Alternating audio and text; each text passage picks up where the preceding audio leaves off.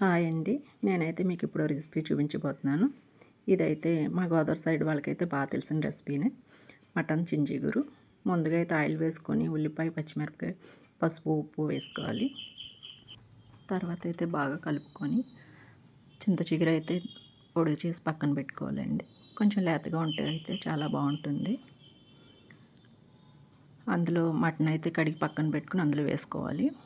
తర్వాత కలుపుకొని అటు ఇటు మగ్గనివ్వాలి. మగ్గిన తర్వాత కారం అయితే అందులో వేసుకోవాలండి. కొంచెం కారం ఎక్కువ పడుతుంది, ఎందుకంటే చింత చిగురు పులుపుగా ఉంటుంది కాబట్టి కారం ఎక్కువ వేసుకుంటే బాగుంటుంది. తర్వాత గరిటెతో అయితే కలుపుకొని వాటర్ పోసుకోవాలి. వాటర్ పోసుకున్న తర్వాత మూత పెట్టేసి 4-5 విజిల్స్ అయితే వేయించుకోవాలండి. అప్పుడే ముక్క బాగా ఉడుకుతుంది. తర్వాత అయితే మూత తీసిన తర్వాత కొంచెం గరిటెతో కలుపుకొని చింత చిగురు అయితే అందులో వేసుకోవాలండి.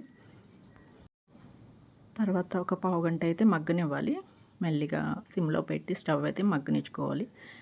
ముక్క అయితే అప్పుడు మెత్తగా ఉడుకుతుంది. ఈ రెసిపీ అయితే చాలా ఈజీ రెసిపీ అండి. ఇందులో మసాలాలు కూడా అవసరం లేదు. బ్యాచిలర్స్గా ఉన్న వాళ్ళకైతే ఈజీగా అయిపోతుంది. చాలా టేస్ట్ అయితే ఉంటుంది. ఒకసారి ట్రై చేయండి. ప్లీజ్ సబ్స్క్రైబ్ చేసుకోండి నా ఛానల్ని. లాస్ట్లో కొంచెం కొత్తిమీర వేస్తే అయితే టేస్ట్ బాగుంటుంది.